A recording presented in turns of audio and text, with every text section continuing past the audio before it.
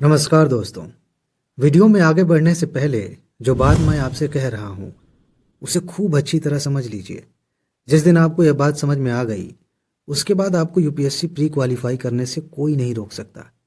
हर साल लाखों लोग यूपीएससी प्री देते हैं और इनमें से बहुत सारे लोग ऐसे हैं जो दिन रात मेहनत करते हैं, खूब पढ़ते हैं, लेकिन फिर भी प्री नहीं निकाल पाते। इसका सिर्फ एक कारण है, आप चाहे दुनिया का सारा ज्ञान इकट्ठा कर लीजिए, अगर आपने वह नहीं पढ़ा जहां से यूपीएससी क्वेश्चंस पूछती है तो इस ज्ञान का कोई फायदा नहीं, प्री नहीं निकलेगा।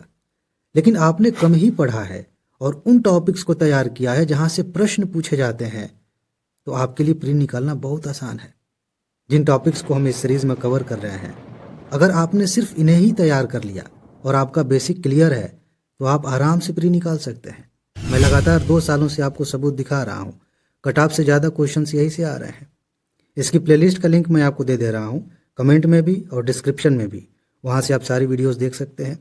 और अगर आप जल्दी से इन सारे टॉपिक्स को तैयार करना चाहते हैं तो आप पीडीएफ नोट ले सकते हैं। और जो वीडियोस आने वाली हैं उनकी भी एडवांस नोट आपको दी जा चुकी है। इसके लिए आप इस नंबर पर मैसेज कर सकते हैं या फिर कमेंट में एक लिंक दिया गया है, वहाँ से जानकारी ले सकते हैं। ठीक है जी, चलिए अब टॉपिक्स तैयार करते हैं। आज का हमारा पहला महत्वपूर्ण टॉपिक है ग्रीन क्रेडिट प्रोग्राम। बहुत इंपॉर्टेंट है, यहाँ से प्रश्न पूछा जा सकता है। 2 तरह के क्वेश्चंस बन सकते हैं। पहला प्रश्न सीधा सीधा कि ग्रीन क्रेडिट प्रोग्राम का संबंध किससे है। 4 कथन दिए जाएंगे, आपको सही वाला चुनना होगा। और दूसरे टाइप का क्वेश्चन ऐसे बनता है कि आपको कथन दे दिए जाएंगे 4, उसके बाद से कूट बना के पूछ लिया जाएगा कि बताइए ग्रीन क्रेडिट प्रोग्राम के बारे में निम्नलिखित में से कौन से कथन सही हैं। तो चलिए देखते हैं कि कौन कौन सी बातों को लेकर प्रश्न बनाए जा सकते हैं। ये जो पहली लाइन आपके सामने है, यहाँ से आपको बहुत कुछ समझ में आएगा इसके बारे में। सरकार ने हाल ही में एक नवीन और स्वैच्छिक, इस पर ध्यान दीजिएगा, स्वैच्छिक ग्रीन क्रेडिट कार्यक्रम का शुभारंभ किया, जो व्यक्तियों और संस्थाओं को उनके सकारात्मक पर्यावरणीय योगदान के लिए पुरस्कृत या प्रोत्साहित करने हेतु डिजाइन किया गया है। क्या समझ में आया? इसका सीधा सा मतलब ये है कि एक ऐसी योजना है, एक ऐसा प्रोग्राम है जिसके तहत लोगों को इस बात के लिए प्रोत्साहित किया जाए कि वो पर्यावरण के लिए कुछ बेहतर करें, पेड़ लगाएं, कार्बन इमिशन को कम करने के उपाय करें। ठीक है, और इसके लिए उन्हें क्रेडिट मिलेगा जिसे हम कहेंगे ग्रीन क्रेडिट। स्वैच्छिक कार्यक्रम है और इस कार्यक्रम में व्यक्ति भी भाग ले सकते हैं, संस्थाएं भी भाग ले सकती हैं, ग्रीन क्रेडिट प्राप्त कर सकती हैं। थोड़ा और समझते हैं इसके बारे में। इसके प्रतिभागी पर्यावरणीय धारणीयता को बढ़ावा देने वाली विभिन्न गतिविधियों के लिए ग्रीन क्रेडिट अर्जित कर सकते हैं। अब ग्रीन क्रेडिट क्या है, इसे थोड़ा समझ लीजिए। ये जो ग्रीन क्रेडिट है, पर्यावरण पर सकारात्मक प्रभाव डालने वाली गतिविधियों में संलग्न व्यक्तियों और संस्थाओं को प्रदान की जाने वाली प्रोत्साहन की एक इकाई को संदर्भित करता है। ठीक है, यह पर्यावरण संरक्षण और सतत प्रथाओं में योगदान देने के लिए विभिन्न हितधारकों को प्रोत्साहित करने हेतु सरकार द्वारा शुरू किया गया एक स्वैच्छिक कार्यक्रम है। ये जो कार्यक्रम है लाइफ अभियान का हिस्सा है और यह स्वैच्छिक पर्यावरण अनुकूल कार्यों को प्रोत्साहित करने और पुरस्कृत करने के लिए है। ठीक है, अब इसमें आप सोचेंगे कि लाइफ प्रोग्राम क्या है। लाइफ का मतलब होता है कि लाइफ फॉर इन्वायरमेंट, ये पर्यावरण के लिए जीवन शैली। ये जो लाइफ स्टाइल हमारी है इस तरह से होनी चाहिए जो पर्यावरण को बढ़ावा दे, पर्यावरण में मतलब पर्यावरण की सुरक्षा में, उसके समृद्धि में सपोर्ट करे। 2 तरह से हम जी सकते हैं। एक तो ऐसी लाइफ हो कि हम सारे संसाधनों का शोषण करते चले जाएं और इस धरती को कबाड़ बना दें। एक दूसरा तरीका भी हो सकता है कि हम नेचर के हिसाब से रहें, इस तरीके से चलें कि पर्यावरण डिस्टर्ब ना हो। उसी के लिए एक अभियान चलाया गया है जिसको लाइफ कहा जाता है। ठीक है, उसी का ये हिस्सा है ग्रीन क्रेडिट प्रोग्राम। तो मैंने अभी आपको शुरू में बताया ना, कथन वाले क्वेश्चन जब बनेंगे तो हो सकता है एक लाइन ऐसे हो कि लिखा हो कि लाइफ अभियान का हिस्सा है ये। आपने नहीं पढ़ा होगा तो दिक्कत हो जाएगी, फिलहाल आपने पढ़ लिया, अब दिक्कत नहीं होगी। इसमें कौन कौन सी चीज़ें शामिल होंगी देख लेते हैं, वैसे भी आप गेस कर सकते हैं आराम से। वृक्षारोपण आप कर लीजिए, जल प्रबंधन करिए, सतत कृषि में योगदान दीजिए, इस तरह के काम आप करेंगे, ग्रीन क्रेडिट मिल जाएगा। अपशिष्ट प्रबंधन, ये भी महत्वपूर्ण बात है। वायु प्रदूषण में कमी लाने का कोई उपाय कर दिए, मैंग्रोव संरक्षण और उसकी पुनर्स्थापना के लिए कोई काम किए, तो ग्रीन क्रेडिट मिलेगा। ठीक, अब एक चीज़ यहाँ समझ लीजिए, इसकी अर्निंग और गणना कैसे होगी। ग्रीन क्रेडिट अर्जित करने के लिए प्रतिभागियों को एक समर्पित वेबसाइट के माध्यम से अपनी पर्यावरणीय गतिविधियों को पंजीकृत करना होगा। वहाँ पे जाके आपको पंजीकरण कराना होगा। इसके बाद ये गतिविधियाँ एक नामित एजेंसी द्वारा सत्यापन के अधीन होंगी। यानी कि जो भी बताएंगे आप वहाँ पे जाके कि देखिए हमने 1000 पेड़ लगा दिए, हमने इतने सारे तालाबों को साफ कर दिया, ठीक है, तो जांच होगी उसकी कि हाँ आप सही कह रहे हैं कि झूठ बोल रहे हैं। एजेंसी की रिपोर्ट के आधार पर प्रशासक आवेदक को ग्रीन क्रेडिट का प्रमाण पत्र प्रदान करेगा। ग्रीन क्रेडिट की गणना वांछित पर्यावरणीय प्रभावों को प्राप्त करने के लिए संसाधनों की आवश्यकता, पैमाने, दायरे, आकार और अन्य प्रासंगिक मापदंडों जैसे कारकों द्वारा निर्धारित किया जाएगा। ठीक है, इसके बाद अब यहाँ आपको एक इंटरेस्टिंग बात पता चलेगी जो क्वेश्चन में डाली जा सकती है। ग्रीन क्रेडिट की रजिस्ट्री होगी और ट्रेडिंग भी हो सकती है। समझिए, इस कार्यक्रम का एक महत्वपूर्ण घटक ग्रीन क्रेडिट रजिस्ट्री की स्थापना है, जो अर्जित क्रेडिट को ट्रैक और प्रबंधित करने में सहायता करेगा। पता तो चले किसको किसको ग्रीन क्रेडिट दिया गया, कितना दिया गया, उसके लिए एक रजिस्ट्री बनाई जाएगी। इसके अलावा प्रशासक घरेलू बाजार में ग्रीन क्रेडिट्स के व्यापार को सुनिश्चित करने के लिए एक ट्रेडिंग प्लेटफॉर्म का निर्माण करेगा और उसे बनाए रखेगा। इसकी ट्रेडिंग भी हो सकती है, आपको मिल गया, आपने किसी और को हस्तांतरित कर दिया, बेच दिया। हालांकि इस तरह का जो हस्तांतरण होता है ज़्यादातर ऐसा होता है, जो कार्बन क्रेडिट आपने सुना है ना, कार्बन ट्रेडिंग, इस पर यूपीएससी ने पूछा भी था, उसी तरह का है। लेकिन मज़ेदार बात यह है कि ये उससे अलग है, ये जो है कार्बन क्रेडिट से अलग है। यहाँ पे अगर आपने ध्यान नहीं दिया तो फिर कन्फ्यूजन हो सकती है। ग्रीन क्रेडिट की ट्रेडिंग हो सकती है, कार्बन क्रेडिट की भी ट्रेडिंग होती है जो पहले से चल रहा है, तो हो सकता है कि हम उसके साथ मिक्स कर दें और कन्फ्यूज हो जाए।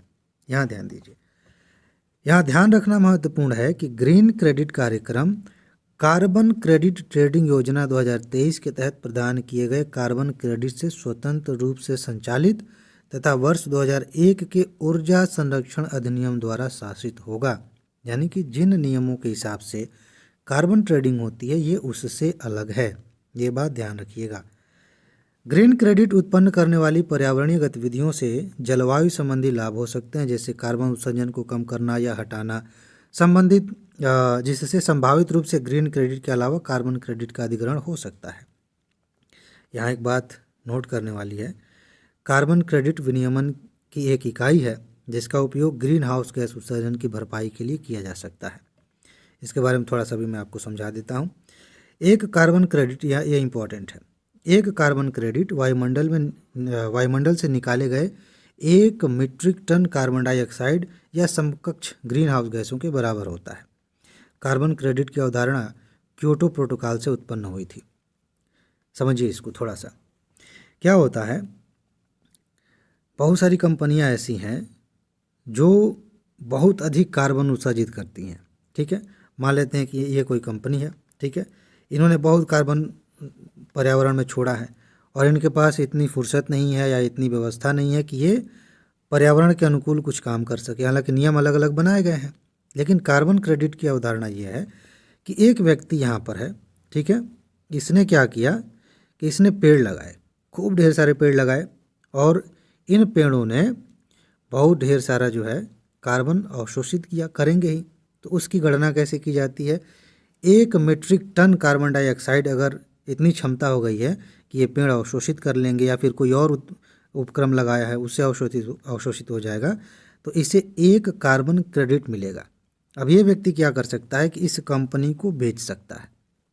कायदे से होना ये चाहिए था कि ये कंपनी खुद ऐसे उपाय करे, लेकिन अगर ये नहीं कर पा रही है तो ये किसी और से कार्बन क्रेडिट खरीद के वो जो कमी है उसकी भरपाई कर लेगी।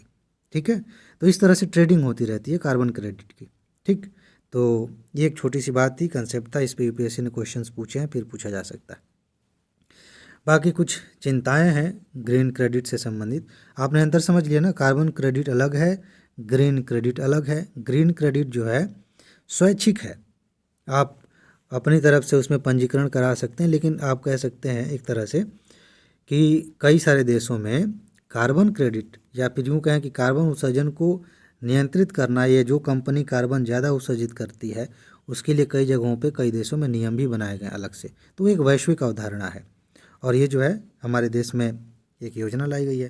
तो दिक्कत क्या आ सकती है, सत्यापन करना या फिर वैधता की जटिलता है। तो इस तरह की कुछ बेसिक बातें हैं। ग्रीन वॉशिंग का जोखिम हो सकता है, आप जानते हैं ग्रीन वॉशिंग हमने पढ़ा था, इससे संबंधित और भी कई शब्द थे। तो क्या होगा कि हम दिखा कुछ और रहे हैं कर कुछ और रहे हैं, तो ऐसी समस्याएं हो सकती हैं। तो ये एक बार आप पढ़ लेंगे, बाकी कुछ खास बातें यहाँ नहीं है, यहाँ से क्वेश्चन आने की संभावना कम है। जो मेन बातें थी वो ऊपर हमने बात कर ली। अब आते हैं काजीरंगा राष्ट्रीय उद्यान, काजीरंगा नेशनल पार्क के बारे में जानते हैं। देखिए, काजीरंगा राष्ट्रीय उद्यान को एक ब्रिटिश वन अधिकारी पैट्रिक डी स्ट्रेसी को साहित्यिक श्रद्धांजलि देने के लिए 15 अक्टूबर 2023 को खोला गया। यह राष्ट्रीय उद्यान प्रत्येक वर्ष अक्टूबर में पर्यटकों के लिए खोला जाता है। अब इसमें एक चीज़ और है, 2020 में काजीरंगा राष्ट्रीय उद्यान के सेंटेनरी कन्वेंशन सेंटर में प्रकृति और वन्य जीव विशिष्ट पुस्तकालय खोलने की योजना थी, लेकिन कोविड-19 के कारण ये संभव नहीं हो पाया। इस पुस्तकालय को अब खोला गया अक्टूबर 2023 में, इन्हीं के नाम पे खोला गया था, इसलिए चर्चा में था। तो थोड़ा सा इनके बारे में अगर जानें, पैट्रिक डी स्ट्रेसी के बारे में, इनका जन्म कहाँ हुआ था इससे कोई मतलब नहीं है, लेकिन फिर भी देख लीजिएगा, भारत में हुआ था। इन्होंने असम में भारतीय वन सेवा अधिकारी के रूप में काम किया था। इन्होंने असम में एक वन स्कूल की भी स्थापना की थी। पीडी स्ट्रेसी लाइब्रेरी की विशेषता, अच्छा ये हेडिंग होना चाहिए था, ठीक है। यह पाठकों को काजीरंगा की प्रकृति और जीव जंतुओं के बारे में जानकारी देने के लिए किताबें और पत्रिकाएं प्रदान करती है। तो ये कुछ बेसिक बातें हैं, वहाँ से क्वेश्चन पूछे जाने की संभावना कम है, लेकिन काजीरंगा से तो पहले से भी क्वेश्चंस पूछे गए हैं। और जो national park, wild life sanctuaries, biosphere reserve चर्चा में रहते हैं, वहाँ से यूपीएससी ज़्यादा क्वेश्चंस पूछती है, इनफैक्ट वहीं से पूछती है, ठीक है। तो काजीरंगा के बारे में जान लेते हैं। यह उद्यान भारत में असम के गोलाघाट और नगांव क्षेत्रों में स्थित है। इस अभ्यारण्य के उत्तर में ब्रह्मपुत्र नदी और दक्षिण भारत में कार्बी एंगलोंग पर्वत स्थित है, ठीक है। तो इसके दक्षिण में ये पर्वत है। 1905 में काजीरंगा अभ्यारण्य को आरक्षित वन के रूप में स्थापित किया गया था। 1974 में इसको राष्ट्रीय उद्यान घोषित कर दिया गया। 1985 में यूनेस्को ने काजीरंगा राष्ट्रीय उद्यान को विश्व धरोहर की सूची में शामिल कर लिया। 2007 में इस राष्ट्रीय उद्यान को टाइगर रिजर्व भी घोषित कर दिया गया है। ये सब तथ्य हैं। काजीरंगा के बारे में निम्नलिखित कथनों पर विचार कीजिए। 4 कथन दे दिए गए, उसके बाद से कूट बना दिया गया, और यूपीएससी जैसे कूट बना रही है 2023 में आपने देखा कि केवल 2 कथन है, पता नहीं कौन दोनों कथन सही हैं, तो और दिक्कत हो जाएगी। इसीलिए इनको अच्छे से याद कर लीजिए। यह राष्ट्रीय उद्यान पूर्वी हिमालय के जैव विविधता हॉटस्पॉट में भी स्थित है, ये तो आप जानते ही हैं। जीव जंतुओं की बात करें तो इस राष्ट्रीय उद्यान में लुप्त प्राय एक सींग वाले गेंडे, हाथी, जंगली भैंस, रॉयल बंगाल टाइगर, हिरण की प्रजाति पाई जाती है। इसके अलावा भी बहुत ढेर सारे जीव जंतु हैं। एक सींग वाला गेंडा की बात करें, यहाँ से यूपीएससी ने क्वेश्चन पूछा है, तो थोड़ा सा समझ लीजिए। गेंडे की कुल 5 प्रजातियाँ होती हैं। पहली बात तो ये, अफ्रीका में सफ़ेद और काले राइनो होते हैं, राइनो मतलब गेंडा। एक सींग वाले गेंडे, एशिया में जावा और सुमात्रा गेंडे यानी कि राइनो, ये सब प्रजातियां पाई जाती हैं।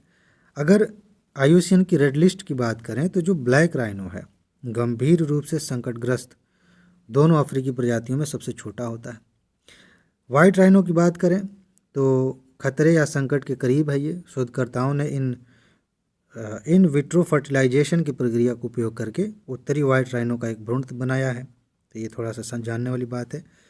एक सींग वाले गेंडे के बारे में आपको विशेष रूप से जानना है, ये वल्नरेबल है, सुभेद्य है। जावा वाला जो है गंभीर रूप से संकटग्रस्त है, क्रिटिकली इंडेंजर्ड है। सुमात्रा राइनो ये भी क्रिटिकली इंडेंजर्ड है, जिसको आप CR से ऐसे करते हैं। इसके बाद से भारत में केवल एक सींग वाला गेंडा पाया जाता है। अब यहाँ पे एक मज़ेदार बात बताता हूँ। यूपीएससी ने एक क्वेश्चन पूछा था मेरे ख्याल से 2020 के आसपास। भारत में, इस लाइन को पढ़िए, आप में से कई लोग कन्फ्यूज हो जाएंगे। भारत में केवल एक सींग वाला गेंडा पाया जाता है, और इसी को मैं थोड़ा सा घुमा दूं, और कहूँ कि केवल भारत में एक सींग वाला गैंडा पाया जाता है, इन दोनों में अंतर समझ पा रहे हैं? अंतर समझ लीजिए, बहुत इंपॉर्टेंट है। यही लाइन यूपीएससी ने घुमा के पूछा था। भारत में केवल एक सींग वाला गैंडा पाया जाता है, इसका मतलब ये है कि पहली बात, बाकी के जो गैंडे हैं वो तो नहीं पाए जाते, एक सींग वाला गैंडा भारत में भी पाया जाता है। इसका मतलब है कि वो भारत से अलग किसी और देश में भी पाया जा सकता है। खासतौर से मान लीजिए असम है, बगल में भूटान है, भूटान में भी पाया जा सकता है, पाए जाते हैं, चले जाते हैं घूमते घूमते। ठीक है, केवल भारत में पाया जाता है तो गलत हो जाएगा, और भारत में केवल एक सींग वाला पाया जाता है, बाकी नहीं पाए जाते, ये बात सही है। ठीक है, अच्छा, एक सींग वाला गैंडा एक सींग वाला गैंडा जो है, जिसको हम भारतीय गैंडा कहते हैं, राइनो प्रजाति में सबसे बड़ा होता है। ये बात आपको ध्यान रखनी है। इस गैंडे की पहचान एकल काले सींग और त्वचा के सिलवटों के साथ भूरे रंग से होती है। ये मुख्य रूप से घास, पत्तियों, झाड़ियों और पेड़ों की शाखाओं, फल और जलीय पौधों की चराई करते हैं। जिन्होंने नहीं पढ़ा है, अगर उनसे पूछ लें कि गैंडा शाकाहारी होता है या मांसाहारी, बस सुना सुना है, तो शायद वो कहेंगे कि मांसाहारी होता है। ये शाकाहारी जीव है, ध्यान रखिएगा। आवास की बात करें, यह प्रजाति इंडो नेपाल के तराई क्षेत्र, उत्तरी पश्चिम बंगाल और असम तक सीमित है। ठीक है, भारत में गैंडे मुख्य रूप से असम, पश्चिम बंगाल, उत्तर प्रदेश में पाए जाते हैं। अगर भारत की बात करें तो असम में 4 संरक्षित क्षेत्रों, पोबितोरा वन्यजीव अभयारण्य, Rajiv Gandhi Orang national park, Kaziranga national park और मानस राष्ट्रीय उद्यान में 2640 गैंडे हैं। इनमें से लगभग 2000 मतलब 2400 गैंडे काजीरंगा नेशनल पार्क और टाइगर रिजर्व में मतलब यहीं पर हैं। तो ये कुछ बातें हमने विस्तार से जान ली भारतीय गैंडे के बारे में, मतलब वन हॉर्न राइनो के बारे में। थोड़ा सा और समझ लेते हैं। हमने देखा था ऊपर भी, ये वल्नरेबल कैटेगरी में आता है। साइट्स जो है उसके तहत इसको परिशिष्ट 1 में रखा गया है। वन्यजीव संरक्षण अधिनियम बना था 1972 में, उसकी अनुसूची 1 में इसे रखा गया है। ये सब पूछा जाता है। खतरा क्या है? खतरा यही है कि उनके सींगों के लिए अवैध शिकार होता है, पर्यावरण की हानि हो रही है, जनसंख्या घनत्व बढ़ रहा है, घटती जेनेटिक विविधता है, ये सब समस्याएं हैं। भारत ने कुछ प्रयास किए हैं, इनको समझ लेते हैं। राइनो रेंज के 5 देशों, एक क्वेश्चन यहाँ से बन सकता है कि कौन कौन से देश राइनो रेंज के देश कहलाते हैं। भारत, भूटान, नेपाल, इंडोनेशिया और मलेशिया ने इन प्रजातियों के संरक्षण और सुरक्षा के लिए new Delhi declaration on Asian rhinos पर हस्ताक्षर किए थे। 2019 की बात है, तो इसको लेकर पूछा जा सकता है। इसके बाद हाल ही में पर्यावरण, वन और जलवायु परिवर्तन मंत्रालय ने देश में सभी गैंडों के लिए डीएनए प्रोफाइल बनाने के लिए परियोजना शुरू की है। राष्ट्रीय राइनो संरक्षण रणनीति 2019 में एक सींग वाले गैंडे के संरक्षण के लिए लॉन्च किया गया था। इंडियन राइनो विजन 2020, इसे वर्ष 2005 में शुरू किया गया था। अब यहाँ 20 लिखा है तो ये मत समझ लीजिए कि 2020 में ही शुरू किया गया था। 2020 का विजन था, 2005 में शुरू किया गया था। भारतीय राइनो विजन 2020 के तहत 2020 तक भारतीय राज्य असम में स्थित 7 संरक्षित क्षेत्रों में फैले एक सींग वाले गैंडों की आबादी को बढ़ाकर कम से कम 3000 से अधिक करने का महत्वाकांक्षी प्रयास था। ठीक है, अभी वर्तमान में कितने हैं ये आपने देख लिया। तो हो सकता है यूपीएससी इसको लेकर क्वेश्चन पूछ ले कि हमने जो ये विज़न रखा था उसको नहीं पूरा कर पाए या पूरा कर लिए, उससे कहीं ज़्यादा आगे बढ़ गए, तो ऐसे भी क्वेश्चन पूछा जा सकता है। चलिए अब आगे बढ़ते हैं। अगला टॉपिक है राज्यपाल की भूमिका। इंटरेस्टिंग है, इम्पॉर्टेंट है, प्री के लिए भी, मेंस के लिए भी। तमिलनाडु का मामला था, अलग अलग राज्यों में मामले ऐसे आते रहते हैं। तो यहाँ पर जो है ये इंट्रोडक्शन है, इस पर ज़्यादा ध्यान देने की ज़रूरत नहीं है। एक बार पढ़ लीजिएगा, कुछ काम की बातें यहाँ आपको मिल जाएंगी। लेकिन यहाँ आते हैं, मामला ये था कि विधेयकों को लेकर के राज्यपाल, जैसे क्या होता है कि ये विधायिका है राज्य की, यहाँ पर बैठे हैं राज्यपाल, तो विधायिका ने कानून बनाया, इनके पास भेजा कि सर इस पर सिग्नेचर कर दीजिए, कानून पारित हो जाए, राज्य में लागू हो जाएगा। तो राज्यपाल, कई बार ऐसा होता है, शिकायत ये रहती है राज्यों की कि ये केंद्र के इशारे पे काम कर रहे हैं, खासतौर से जहाँ पे केंद्र में किसी और दल की सरकार है और राज्यों में अलग दल की सरकार है, तो ये राज्यपाल उनके इशारे पर इस पर सिग्नेचर नहीं करते, हस्ताक्षर नहीं करते, कानून पड़ा रहता है, तो काफ़ी दिक्कतें आती हैं। कुछ ऐसा ही मामला था। समझ लेते हैं कि विधेयकों को पारित करने के संबंध में राज्यपाल की क्या शक्तियां हैं। यहीं से क्वेश्चन बनेगा। अगर क्वेश्चन बना, जहाँ तक की संभावना, इस बार बनने की संभावना बहुत अधिक है, 1 या 2 प्रश्न यहाँ से बन सकते हैं। तो कौन कौन सी शक्तियाँ हैं भाई? विधेयकों को पारित करने के संबंध में राज्यपाल की शक्तियाँ संविधान के अनुच्छेद 200 और 201 द्वारा परिभाषित हैं। मज़ेदार बात यह है, अक्सर आपने देखा है, मैं बार बार आपको दिखाते रहता हूँ, जब सबूत दिखाता हूँ तो ख़ास तौर से वहाँ पे ध्यान दिलाता हूँ आपको कि यूपीएससी आजकल ना पिछले कुछ सालों से ऐसे प्रश्न पूछने लगी है कि एक लाइन लिख देगी कि ये संविधान में परिभाषित है, और ज़्यादातर ऐसा होता है कि वो कथन गलत होता है। नॉर्मली ऐसे क्वेश्चंस वो बनाती ही है। राज्यपाल के मामले में आपको थोड़ा सा सावधान रहना है कि राज्यपाल की जो शक्तियां हैं, कि राज्यपाल की शक्तियां जो हैं विधेयक के मामले में, वो इन अनुच्छेदों के तहत परिभाषित हैं। लेकिन अब आप इसको ऐसे पकड़ के मत लटक जाइएगा कि सर ने कह दिया राज्यपाल की कुछ बातें ऐसी संविधान में जो परिभाषित हैं तो हर बात परिभाषित होगी, ऐसा नहीं है। अगर कथन ऐसा बना दिया जाए कि राज्यपाल को कैसे हटाया जाएगा ये बाकायदा संविधान में परिभाषित है, तो वो बात गलत हो जाएगी। ऐसा कोई विशेष प्रावधान नहीं किया गया है, कोई विशेष प्रक्रिया नहीं बताई गई है राज्यपाल को हटाने के लिए। तो इन दोनों के बीच में अंतर समझना जरूरी था। ठीक है। इन अनुच्छेदों के अनुसार जब राज्य विधानमंडल द्वारा राज्यपाल के समक्ष कोई विधेयक प्रस्तुत किया जाता है तो उसके पास ये विकल्प होते हैं। क्या विकल्प है? वह विधेयक पर सहमति दे सकता है, इसका अर्थ है कि विधेयक अधिनियम बन जाता है। ठीक है। वह विधेयक पर अपनी सहमति रोक सकता है, जिसका अर्थ है कि विधेयक निरस्त किया गया है। वह विधेयक पर, यदि वह धन विधेयक नहीं है तो विधेयक को उसके कुछ उपबंधों पर पुनर्विचार करने के लिए कह सकता है कि ठीक है, इसमें थोड़ा सा एक बार और देख लीजिए, फिर मैं सिग्नेचर कर दूंगा। ठीक है, तो वापस भेज सकता है। यदि उक्त विधेयक राज्य विधानमंडल द्वारा संशोधन के साथ या बिना संशोधन के दोबारा पारित किया जाता है तो राज्यपाल इस पर सहमति नहीं रोक सकता, तब राज्यपाल को सहमति देनी पड़ेगी। ये बात ध्यान रखिए। राष्ट्रपति के बारे में भी ये बात लागू होती है। अच्छा, वह विधेयक को राष्ट्रपति के विचार के लिए आरक्षित भी कर सकता है, जो या तो विधेयक पर सहमति दे सकता है या अनुमति रोक सकता है, या राज्यपाल को विधेयक को पुनर्विचार के लिए राज्य विधानमंडल को वापस भेजने का निर्देश दे सकता है। कौन? राष्ट्रपति। ठीक है।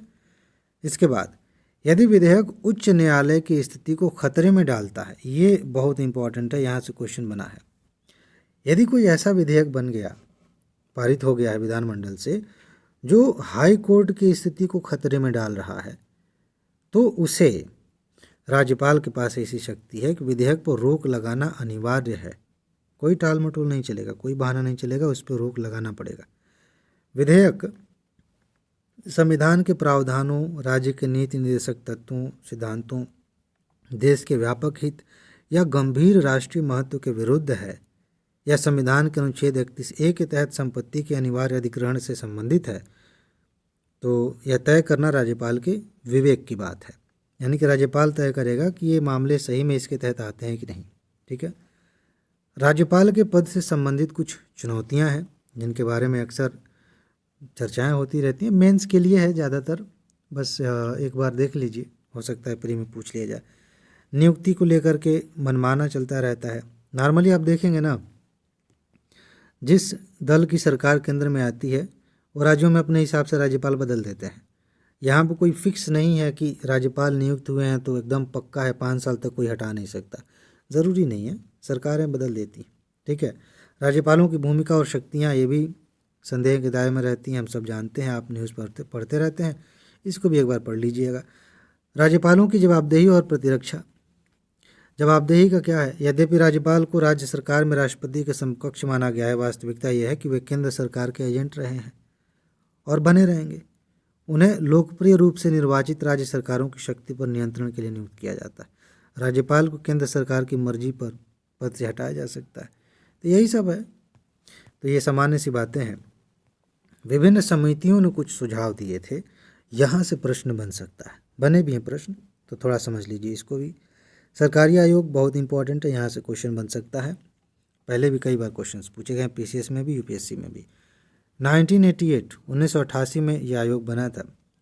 राज्यपाल की, हाँ एक चीज़ कुछ लोग बहुत ज़्यादा माइन्यूट डिटेल पे ध्यान देते हैं, तो कहेंगे कि सर इसमें बना था, ये डेट अलग है, रिपोर्ट की डेट अलग है, तो ज़्यादा उसमें कंफ्यूज नहीं होना।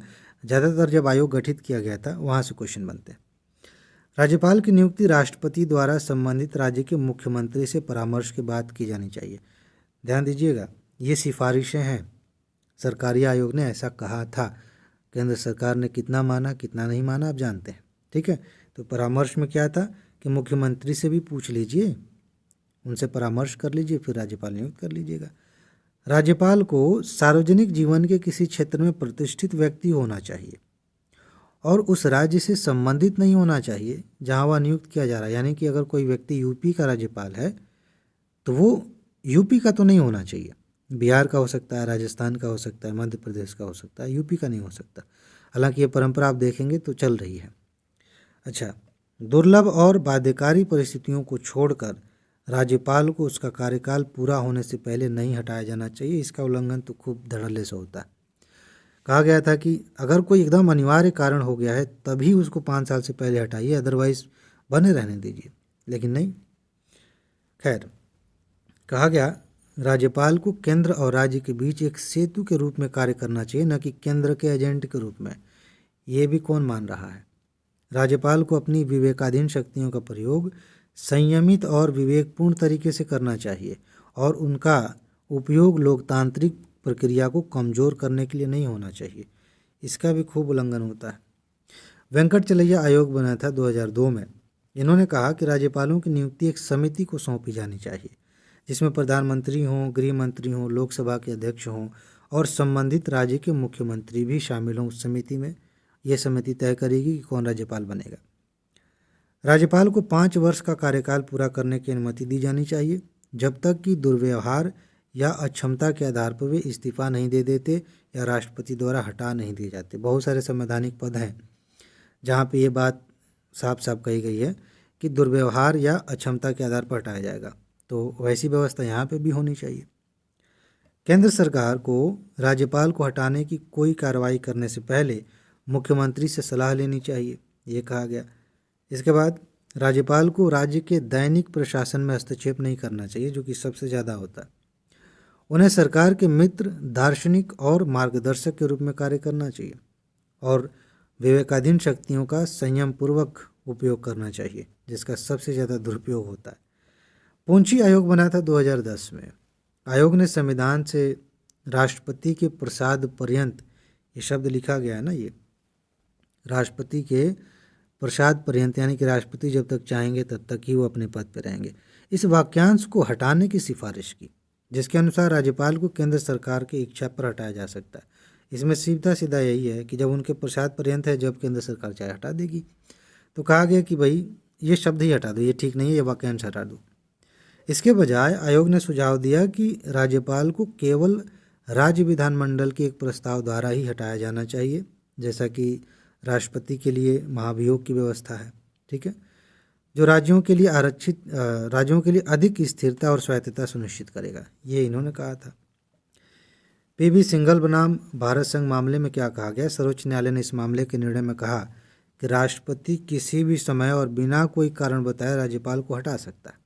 ऐसा इसलिए क्योंकि राज्यपाल भारत के संविधान के अनुच्छेद 156(1) के तहत राष्ट्रपति के प्रसाद पर्यंत है, ठीक है। हालांकि न्यायालय ने यह भी कहा कि पद से उसका निष्कासन मनमाना, मनमौजी या अनुचित कारणों पर आधारित नहीं होना चाहिए। तो ये बात भी कही गई, लेकिन मेन बात तो यही कही गई कि भाई जब चाहे हटा सकते हैं, प्रसाद पर्यंत है।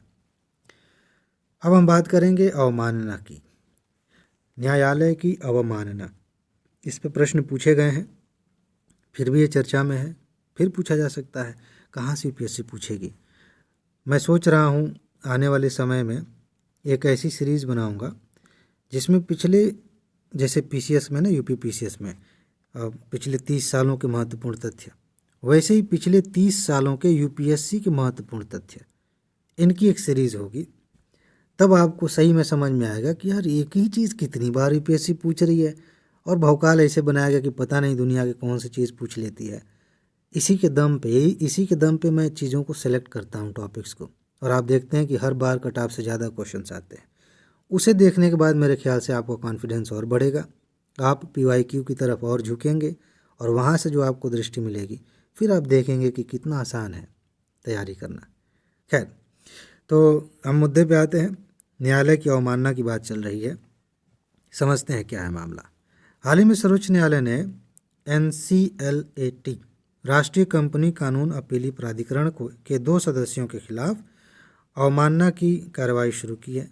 इसके अलावा कई सारे केसेस थे अलग अलग, तो फिलहाल ये मुद्दा नहीं है। असली बात यह है कि अवमानना के बारे में आप क्या जानते हैं। न्यायालय की अवमानना न्यायिक संस्थानों को प्रेरित हमलों और अनुचित आलोचनाओं से बचाने तथा इसके अधिकार को कम करने वालों को दंडित करने के लिए एक कानूनी तंत्र के रूप में प्रयास करती है। ठीक है, अब इसमें देखिए वैधानिक आधार क्या है। जब संविधान को अपनाया गया तो न्यायालय की अवमानना को संविधान के अनुच्छेद 19(2) के तहत बोलने और अभिव्यक्ति की स्वतंत्रता पर प्रतिबंधों में से एक बना दिया गया। ठीक है, ये वैधानिक कुछ बातें हैं। अलग से संविधान के अनुच्छेद 129 ने सर्वोच्च न्यायालय को अपनी अवमानना के लिए, ये इम्पॉर्टेंट है, इस अनुच्छेद पर ध्यान दीजिएगा, 129 सुप्रीम कोर्ट को अपनी अवमानना के लिए दंडित करने की शक्ति दी। ठीक है, अनुच्छेद 215 ने हाई कोर्ट को ऐसी शक्ति दे रखी है कि अगर आपकी कोई अवमानना करता है तो आप उसे दंडित कर सकते हैं। और बाकायदा अलग से एक कानून बनाया गया 1971 में, इसमें बताया गया पूरा हिसाब किताब कि अवमानना किसे हम मानेंगे, किस रूप में। पूरी परिभाषा नहीं दी गई है, मोटा मोटा खाका तो बता दिया गया। ठीक है, तो ये बाकायदा कानून बनाया गया। तो अब हम समझ लेते हैं कि अवमानना की मतलब के प्रकार कितने हो सकते हैं। 2 तरह की अवमानना होती है, 2 तरह से अवमानना हो सकती है। एक होती है सिविल अवमानना। यह किसी न्यायालय के निर्णय, डिक्री, निर्देश, आदेश, रिट या अन्य प्रक्रिया की जानबूझकर अवज्ञा या न्यायालय को दिए गए वचन का जानबूझकर उल्लंघन है। सिंपल सी बात है, सुप्रीम कोर्ट ने कोई आदेश दिया है, कोई निर्देश दिया है और जिस व्यक्ति को ये दिया गया वो जानबूझकर नहीं काम कर रहा है। ठीक है, हाल ही में आपने देखा होगा पतंजलि का मामला, हालांकि वो अवमानना के तहत नहीं लिया गया क्योंकि अभी तो मामला चल ही रहा है, लेकिन डांट तो लगी। अगर वो मना कर देते कि हम नहीं करेंगे तो अवमानना हो जाती, फिर उस पर अलग से कार्रवाई चलती। ठीक है, तो अगर जानबूझ के अदालत की बात कोई नहीं मान रहा है तो वो अवमानना है, सिविल अवमानना। ये बात नहीं मानने वाली बात है। लेकिन एक आपराधिक अवमानना भी होती है। इसमें किसी भी ऐसे मामले का प्रकाशन या कोई अन्य कार्य शामिल है जो किसी अदालत के अधिकार को कम करता है या उसे बदनाम करता है या किसी न्यायिक कार्रवाई की उचित प्रक्रिया में हस्तक्षेप करता है या किसी अन्य तरीके से न्याय प्रशासन में बाधा डालता है। सिविल अवमानना में क्या है कि न्यायालय ने कुछ कहा है, हम नहीं मान रहे, अवमानना हो गया। आपराधिक अवमानना ये कि सीधे न्यायालय को काम नहीं करने दे रहे हैं, न्यायालय को बदनाम करने की कोशिश कर रहे हैं। तो इस तरह के जो मतलब इस तरह की गतिविधियां हैं, इस तरह के कृत्य हैं, इन्हें आपराधिक अवमानना माना जाएगा। आगे बात समझ में, इन दोनों को फ्लिप करके ऊपर नीचे करके UPSC पूछ सकती है। आपराधिक अवमानना के तहत ऊपर वाली बातें और सिविल अवमानना के तहत नीचे वाली बातें लिख दी जाएँ और फिर उसमें भी कूट बना दिया जाए। बताइए कौन सा, ये केवल एक, केवल दो, दोनों या दोनों नहीं, है ना। तो ध्यान रखिएगा, मेरे ख्याल से ऐसे पूछा भी गया।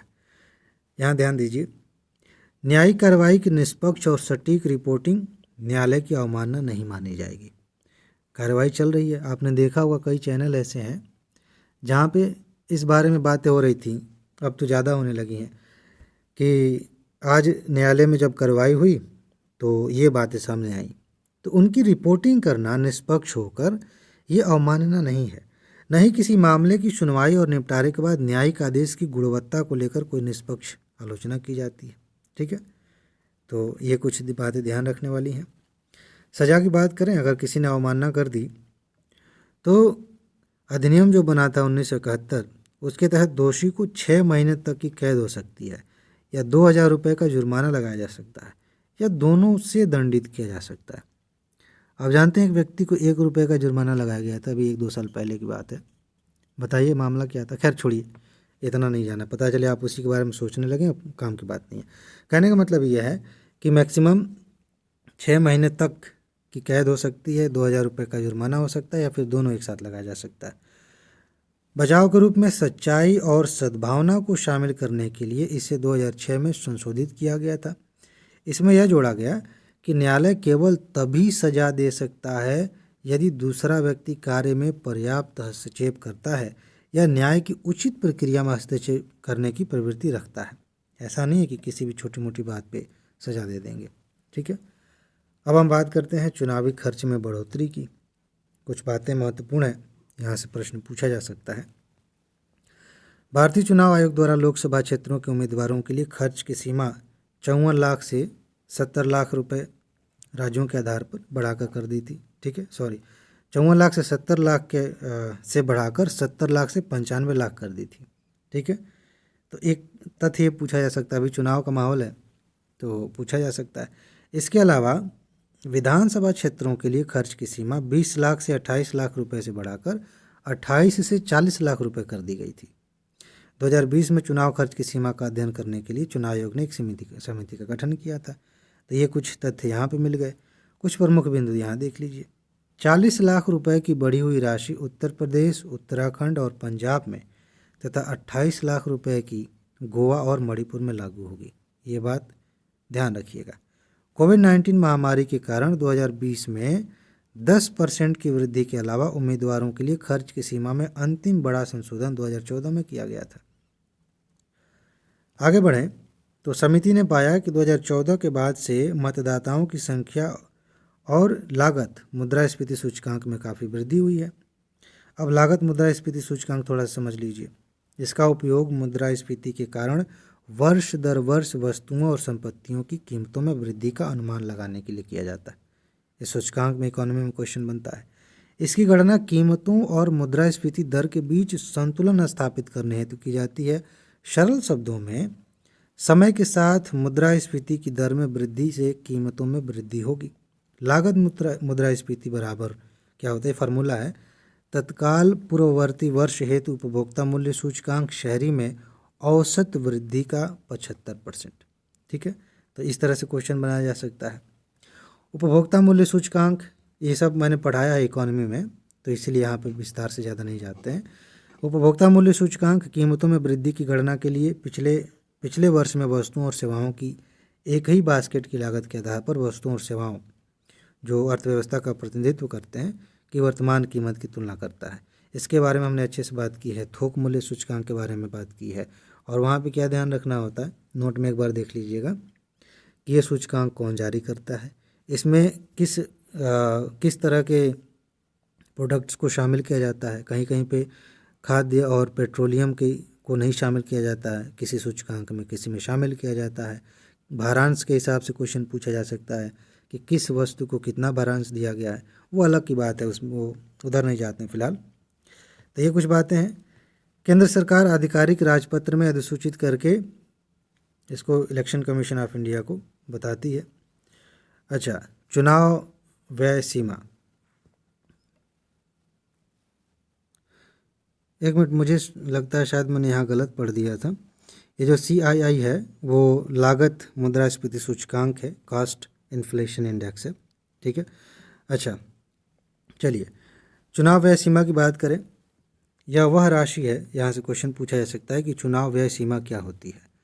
वह राशि है जो एक उम्मीदवार द्वारा अपने चुनाव अभियान के दौरान कानूनी रूप से खर्च की जा सकती है। यहाँ ध्यान देने वाली बात है, आप देखते हैं बाद में पता चलता है चुनाव के बाद कि इस पार्टी ने इतना 1000 करोड़ रुपए खर्च किए, इतने सारे पैसे खर्च हो रहे हैं चुनाव में। यहाँ पे लाइन पर ध्यान दीजिए कि उम्मीदवार की बात हो रही है। एक उम्मीदवार अपने क्षेत्र में चुनाव अभियान के लिए कानूनी रूप से जितना खर्च कर सकता है उसे चुनावी व्यय सीमा कहा जाता है। ठीक है, जिसमें सार्वजनिक बैठकों, रैलियों, विज्ञापनों, पोस्टर, बैनर, वाहन, ये सब इसमें खर्च किया जाता है। ठीक है, जनप्रतिनिधित्व अधिनियम 1951 की धारा 77 वेरी इंपॉर्टेंट, ये ध्यान रखिएगा। इसके तहत प्रत्येक उम्मीदवार को नामांकन की तिथि से लेकर परिणाम घोषित होने तक की तिथि तक किए गए सभी व्यय का एक अलग और सही खाता रखना होता है। ध्यान रखिएगा, ये वो चीज़ है जिसके बारे में अगर गलत सूचना दी तो जीतने के बाद भी सदस्यता जा सकती है। ठीक है, तो ये जो व्यय है, चुनावी खर्चा है, इसके बारे में गलत सूचना नहीं दे सकते। तो ये उस व्यक्ति की बात हो रही है, एक एक उम्मीदवार की बात हो रही है। चुनाव पूरा हो जाने के बाद 30 दिनों के भीतर सभी उम्मीदवारों को चुनाव आयोग के समक्ष अपना व्यय विवरण देना होता है कि सर हमने इतना खर्चा किया, हमने इतना खर्चा किया, जितना झूठ बोलना है सब बोल देते हैं वहाँ पे। अच्छा, उम्मीदवार द्वारा सीमा से अधिक व्यय या खाते का गलत विवरण प्रस्तुत करने पर ये जो जनप्रतिनिधित्व अधिनियम की धारा 10 है, इसके तहत चुनाव आयोग द्वारा उसे 3 साल के लिए अयोग्य घोषित किया जा सकता है, ध्यान रखिएगा। ठीक है, तो ये धारा 10 ध्यान रखिएगा 1951 के कानून के तहत। भारतीय चुनाव आयोग द्वारा निर्धारित व्यय सीमा चुनाव के दौरान किए जाने वाले वैध खर्च के लिए निर्धारित है, क्योंकि चुनाव में बहुत सारा पैसा लगता है। पैसा गलत और अवांछित कार्यों पर खर्च किया जाता है। अक्सर ये तर्क दिया जाता है कि चुनावी खर्च की यह सीमा अवास्तविक है, क्योंकि उम्मीदवार द्वारा किया गया खर्च वास्तविक व्यय से बहुत अधिक होता है। वो तो होता ही है, इसमें तर्क की क्या ज़रूरत थी। हालांकि सभी पंजीकृत राजनीतिक दलों को चुनाव पूरा होने के 90 दिन के भीतर चुनाव आयोग को अपने चुनाव खर्च का ब्यौरा प्रस्तुत करना होता है। राज्य अनुदान पर कुछ सिफारिशें हैं। राज्य अनुदान का मतलब ये है कि सरकार क्यों न ऐसा करे कि जो लोग चुनाव लड़ रहे हैं उन्हें पैसा दे। तो ये जो काला धन यूज होता है, गलत तरीके से ज़्यादा पैसा खर्च किया जाता है, घूस दिया जाता है लोगों को, वो सब कम हो सके। तो इंद्रजीत गुप्ता समिति 1998 द्वारा यह सुझाव दिया गया कि राज्य द्वारा वित्त पोषण आर्थिक रूप से कमज़ोर राजनीतिक दलों के लिए एक समान आधार को सुनिश्चित करेगा और ऐसा कदम सार्वजनिक हित में होगा। तो इन्होंने कहा था कि जो कमज़ोर दल हैं, जिनके पास संसाधन नहीं है, उनके लिए कुछ व्यवस्था ऐसी हो जाएगी तो बराबरी की लड़ाई होगी। यह भी सिफारिश की गई कि राज्य द्वारा यह धन केवल मान्यता प्राप्त राष्ट्रीय और राज्य दलों को दिया जाना चाहिए तथा यह आर्थिक सहायता उम्मीदवारों को प्रदान की जाने वाली मुफ्त सुविधाओं के रूप में दी जानी चाहिए। ठीक है, मतलब कुछ सुविधाएं फ्री में हो जाए, विज्ञापन देना आसान हो जाए। और ये बात ध्यान रखिएगा, कहा गया कि जो मान्यता प्राप्त है, नहीं तो पता चले कि बहुत सारे लोग ऐसे ही पार्टी बना लें कि चलो चुनाव लड़ते हैं, पैसा तो मिल ही जाएगा सरकार की ओर से, तो सिर्फ पैसा लेने के लिए चुनाव लड़ेंगे तो दिक्कत हो जाएगी। अच्छा, विधि आयोग की रिपोर्ट 1999 के अनुसार राजनीतिक दलों को चुनाव के लिए राज्य द्वारा वित्तीय सहायता देना वांछनीय या उचित है, डिजायरेबल है, बशर्ते राजनीतिक दल अन्य स्रोतों से आर्थिक सहायता प्राप्त न करें। ऐसा होगा ही नहीं, ये दल चाहेंगे ही नहीं। संविधान के कामकाज की समीक्षा के लिए गठित आयोग 2000 में गठित किया गया था। इसके द्वारा इस विचार का समर्थन नहीं किया गया, लेकिन इसके द्वारा उल्लेख किया गया कि राजनीतिक दलों के नियमन के लिए एक उपयुक्त रूपरेखा को राज्य द्वारा वित्त पोषण से पहले लागू करने की आवश्यकता है। ठीक है, अब बाकी तो आप जानते हैं, ये PDF नोट के लिए है। आप इस पे व्हाट्सएप मैसेज करेंगे तो आपको सारी जानकारी मिल जाएगी, जल्दी से नोट लेकर रिवाइज कर सकते हैं। चलिए, मुझे लगता है कि अभी वीडियो को ख़त्म नहीं करना चाहिए, आगे बढ़ते हैं और भी टॉपिक्स लेते हैं। भारत में आधार को लेकर चिंताएं हैं, कुछ महत्वपूर्ण बातें हैं, ध्यान से समझ लीजिए। आधार के बारे में पहले से भी क्वेश्चंस आते रहे हैं, आगे भी आएंगे, तो जो मेन बातें हैं उनको देखेंगे। बहुत सारे लोग कह रहे हैं कि नकली आधार कार्ड बन रहा है। अभी एक रिपोर्ट आई थी कि डार्क वेब पे हज़ारों लोगों का आधार डाटा लीक हो गया है, बिक रहा है। ठीक, तो ऐसी बहुत सारी चीज़ें हैं। तो क्या क्या चिंताएं हैं? गोपनीयता की चिंता है। इस एजेंसी द्वारा आधार और वर्ड लाइन, ये वही सारी बातें हैं कि इस तरह की चिंताएं हैं। अब क्या किया जाए? बायोमेट्रिक प्रमाणीकरण की कुछ चिंताएं हैं। कभी कभी तो वो काम ही नहीं करता। आपने भी ट्राई किया हो या सुना होगा कम से कम कि वाला आधार वाला जो फिंगर काम नहीं कर रहा, उसमें लगा रहे हैं। तो इस तरह की कुछ बेसिक बातें हैं, आप जानते हैं। सेवाओं की बाधा रहित उपलब्धता संबंधित चिंताएं हैं। बहुत सारी जगहों पे सरकार जो सेवाएं उपलब्ध करा रही है, वहाँ पे आधार की ज़रूरत है, तो उसमें भी दिक्कतें आती हैं। ये बेसिक बातें आपको समझना है। आगे मैं कुछ टेक्निकल बातें और समझा दूंगा। डेटा के केंद्रीकरण से संबंधित भी कुछ मुद्दे हैं। ठीक है, तो इसको आप पढ़ लीजिएगा। बाकी सरकार ने क्या प्रतिक्रिया दी है? भाई, इस आधार को अंतर्राष्ट्रीय एजेंसियों ने मान्यता दी है, सरकार ये कह रही है। मनरेगा जैसी योजनाओं की सुविधा हो गई है, सरकार कह रही है। प्रत्यक्ष लाभ अंतरण का लाभ मिल रहा है लोगों के डायरेक्ट उनके खाते में डायरेक्ट पैसा चला जा रहा है, सरकार कह रही है। ये सब बातें हैं, विकेंद्रीकृत प्रणालियां हैं, ये थोड़ा समझ लीजिए, काम की बात है। एक केंद्रीकृत प्रणाली के अंतर्गत बैंक, सोशल मीडिया प्लेटफॉर्म या सरकारी मतदाता सूची जैसी इकाइयाँ उपयोगकर्ता की पहचान संबंधी विश्वसनीयता और ऑनलाइन संसाधनों तक उसकी पहुंच को नियंत्रित और प्रबंधित करती हैं। ठीक है। प्रबंधन इकाइयाँ आंतरिक अथवा थर्ड पार्टी प्रोफाइलिंग उद्देश्यों के लिए उपयोगकर्ता की पहचान डेटा के साथ छेड़छाड़ कर सकती हैं। हालांकि DID का अंगीकरण, जिसमें व्यक्तिगत डेटा उपयोगकर्ता के डिजिटल वॉलेट में सहेजा जाता है, और पहचान सत्यापन कार्य का एकल केंद्रीकृत संस्थान के माध्यम से नहीं बल्कि ब्लॉकचेन जैसे विकेंद्रीकृत डिजिटल बही खाता के माध्यम से होता है। तो ये बात ध्यान रखिएगा, इसका सिस्टम कुछ ब्लॉकचेन जैसा बनाया गया। ठीक है। इसके अलावा यह गोपनीयता में वृद्धि करता है और मध्यस्थों द्वारा रखी गई व्यक्तिगत जानकारी की मात्रा को कम करता है। इसे किसी सरकार, व्यवसाय, नियोक्ता या अन्य इकाई के बजाय उपयोगकर्ता के पोर्टेबल और पुनः प्रयोज्य डिजिटल वॉलेट में संग्रहित और प्रबंधित किया जा सकता है। ये कुछ बातें हैं। केंद्रीकृत पहचान प्रणाली से संबंधित चुनौतियाँ। अब इसमें विकेंद्रीकृत पहचान प्रणाली से क्या चुनौतियाँ, ये समझ लेते हैं। डिजिटल ID चाहे वे केंद्रीकृत हों या नहीं हों, हानिकारक सामाजिक प्रभाव डाल सकती हैं, क्योंकि वे समूहों के बीच राजनीतिक और सामाजिक विभाजन को बढ़ावा दे सकती हैं, खासकर तब जब वे एकाधिकार प्रौद्योगिकी या सोशल मीडिया व्यवसायों द्वारा प्रदान की जाती हैं। वहाँ पे ऐसी जानकारी मिल जाए तो फिर दिक्कत है। इन संगठनों के भीतर नियंत्रण के संकेंद्रण के परिणाम स्वरूप व्यक्तिगत पहचान पर प्रभाव में वृद्धि हो सकती है। साथ ही विभिन्न धारणाएं और ऑनलाइन गतिविधियां भी प्रभावित हो सकती हैं। ये कुछ बेसिक बातें हैं। सामूहिक पहचान और राजनीतिक संबद्धताओं के और अधिक ध्रुवीकरण से एकीकृत और विविधतापूर्ण डिजिटल तंत्र के निर्माण का लक्ष्य प्रभावित हो सकता है। ये कुछ काम की बात नहीं है। आधार की क्या विशेषताएं हैं, मैं यहीं आना चाह रहा था, इसलिए जल्दी जल्दी भाग रहा था उधर से।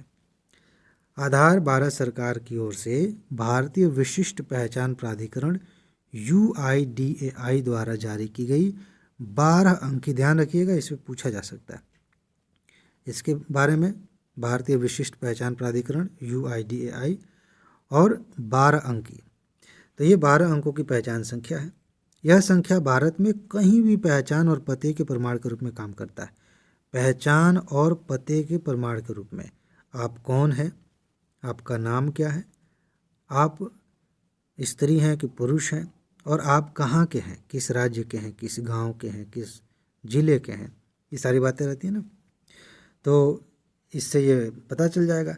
आधार संख्या प्रत्येक व्यक्ति के लिए विशिष्ट होती है और इसकी वैधता जीवन भर तक है। ध्यान रखिएगा, अगर UPSC ऐसे कहे कि आधार का जो नंबर मिल गया ये हर 5 साल पे अपडेट होता है, बदल जाता है, वैसे आपने इसके बारे में कहीं ना कहीं सुना होगा, किसी ने कहा होगा कि 5 साल में आधार अपडेट करवा लेना चाहिए।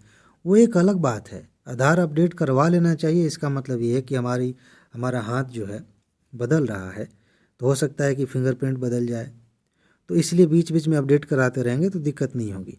अदरवाइज मान लीजिए कोई लड़का 10 साल का है, 5 साल का है, अब 30 साल तक आते आते उसके हाथ का जो पूरी रूपरेखा बदल जाएगी, फिर वो फिंगरप्रिंट वाला वो काम नहीं करेगा। इसलिए अपडेट करते रहना चाहिए। लेकिन चाहे आप कितनी बार भी अपडेट करिए, आपके नाम से जो आधार नंबर मिला है वो नहीं बदलेगा, वो जीवन भर रहेगा। ये इंपॉर्टेंट बात है। आधार संख्या निवासियों को उचित समय पर बैंकिंग, मोबाइल फ़ोन कनेक्शन और अन्य सरकारी तथा गैर सरकारी सेवाओं को प्रदान करने वाली विभिन्न सेवाओं का लाभ उठाने में मदद करती है। गैर सरकारी में जैसे सिम कार्ड आप लेते हैं, सरकार तो नहीं बेच रही है, अलग अलग कंपनियां बेच रही हैं, वहाँ भी आपको देना पड़ता है। यह सांख्यिकी और बायोमेट्रिक जानकारी के आधार पर व्यक्तियों की पहचान स्थापित करता है। वर्तमान दस्तावेजों के बावजूद प्रत्येक नागरिक इस स्वैच्छिक सेवा का उपयोग कर सकता है। एक चीज़ मैंने अभी बोली, थोड़ा समझ लीजिए। मैंने कहा ना सिम लेते हैं तो वो क्या कहते हैं, आधार देना पड़ता है। ये कंपलसरी नहीं है, आप कोई भी पहचान दे सकते हैं। हालांकि ऐसा बना दिया गया है, ऐसा सिस्टम बना दिया कि आप मजबूर हो जाएंगे आधार कार्ड देने के लिए। लेकिन सरकार से जब आप पूछेंगे, ऐसा मामला हुआ था, तो सरकार कहेगी अनिवार्य नहीं है, हाँ पहचान दे सकते हैं अपनी, देना चाहिए तो कोई भी दे दीजिए। ड्राइविंग लाइसेंस है आपके पास, वोटर ID कार्ड है, आधार कार्ड है, पैन कार्ड है, किसी से भी ले सकते हैं। लेकिन ऐसा सिस्टम बना दिया गया कि आधार से ही काम चलता है। खैर, अब कुछ और बातें, इसका इससे क्या संबंध है प्रत्यक्ष लाभ अंतरण से। इसे लाभार्थियों तक सूचना और धन के सरल तेज प्रवाह और वितरण प्रणाली में धोखाधड़ी को कम करने में सहायता करने के उद्देश्य से शुरू किया गया था। क्रियान्वयन कैसे होता है? हम प्रत्यक्ष लाभ अंतरण की बात कर रहे हैं, डायरेक्ट खाते में पैसा चला जाता है। यह भारत सरकार द्वारा सरकारी वितरण प्रणाली में सुधार के लिए 1 जनवरी 2013 को शुरू किया गया एक मिशन है। केंद्रीय योजना स्कीम निगरानी, जिसको आप शॉर्ट में ये कह सकते हैं, लेखा महानियंत्रक कार्यालय की सार्वजनिक वित्तीय प्रबंधन प्रणाली का पूर्व संस्करण को प्रत्यक्ष लाभ अंतरण के रूटीन के लिए सामान्य मंच के रूप में काम करने के लिए चुना गया था। इसका पहले का संस्करण था। अच्छा, डीबीटी, इसके अवयव क्या है? ये कुछ सामान्य सी बातें, लेकिन क्वेश्चन पूछा जा सकता है कि ये जो डायरेक्ट बेनिफिट ट्रांसफ़र होता है, डीबीटी योजनाओं के कार्यान्वयन में प्राथमिक घटकों में लाभार्थी खाता सत्यापन प्रणाली, भारतीय रिजर्व बैंक, भारतीय राष्ट्रीय भुगतान निगम जिसको एनपीसीआई कहते हैं, यहाँ से क्वेश्चन पूछा गया है, सार्वजनिक एवं निजी क्षेत्र के बैंकों, क्षेत्रीय ग्रामीण बैंक तथा सहकारी बैंक, यहाँ पे बैंकों के कोर बैंकिंग समाधान, आरबीआई की निपटान प्रणाली, एनपीसीआई का आधार भुगतान माध्यम, ये जो है आदि के साथ एकीकृत एक मजबूत भुगतान और समाधान मंच शामिल है। कहने का क्या मतलब है? कहने का मतलब ये है कि जितना भी आपने बैंकों का नाम सुना देखा, इन सब का सहयोग लिया जाता है, ठीक है, तब डीबीटी को क्रियान्वित किया जाता है। इसके बाद ये कुछ बेसिक बातें हमने समझ ली। S4 मिसाइल और प्रोजेक्ट कुश के बारे में जानते हैं। S4 नहीं, S400, S400। भारतीय वायुसेना ने अपनी रक्षा क्षमताओं को मजबूत करने के लिए चीन और पाकिस्तान के साथ सीमाओं पर 3 S400 ट्रायम्फ वायु रक्षा मिसाइल स्क्वाड्रन तैनात किए हैं। कहाँ से लिया है हमने? रूस से लिया है, ध्यान रखिएगा। भारत ने 2018-19 में रूस के साथ 5 S400 मिसाइल स्क्वाड्रन के लिए अनुबंध पर हस्ताक्षर किए थे। इनमें से 3 भारत को प्राप्त हो चुके हैं, जबकि बाकी 2 प्राप्ति में रूस यूक्रेन संघर्ष के कारण देरी हो रही है, तो ये जल्दी मिल जाएगी। एक अन्य पहल के अंतर्गत भारतीय रक्षा अधिग्रहण परिषद ने हाल ही में प्रोजेक्ट कुश के तहत लंबी दूरी की सतह से हवा में मार करने वाली एक प्रणाली के खरीद को मंजूरी दी है। तो अब थोड़ा सा डिटेल में समझते हैं कि S400 ट्रायम्फ मिसाइल सिस्टम क्या है। S400 ट्रायम्फ रूस द्वारा विकसित एक मोबाइल, यहाँ मोबाइल से मतलब ये मोबाइल फ़ोन नहीं, मोबाइल का मतलब होता है जिसको आप एक जगह से दूसरी जगह लेके जा सकते हैं, ठीक है। मोबाइल सतह से हवा में मार करने वाली मिसाइल प्रणाली है जो विमान, drone, cruise missile, ballistic missile जैसे विभिन्न हवाई लक्ष्यों को रोकने और नष्ट करने में सक्षम है। यानी कि यहाँ पर S400 है, इधर कहीं से आ रहा है रॉकेट, तो ये उसे आइडेंटिफाई करके ऑटोमेटिक यहाँ से फायर करेगा, ठीक है, और यहीं हवा में उसको मार के गिरा देगा। इस तरह का सिस्टम। अगर आपने इजराइल के बारे में सुना होगा तो उसकी याद आ गई होगी अभी तक, ठीक है। तो इसमें सक्षम है। S400 की मारक क्षमता 30 किलोमीटर की ऊंचाई के साथ 400 किलोमीटर तक है और यह 4 अलग अलग प्रकार की मिसाइलों के साथ एक साथ 36 लक्ष्यों पर हमला कर सकती है। यानी कि मान लीजिए 36 मिसाइलें आ रही हैं हमारी तरफ और उन्हें एक ही साथ सबको दागना है, इधर से सबको गिराना है, तो इतना सक्षम है ये कि उन पे हमला कर सकता है।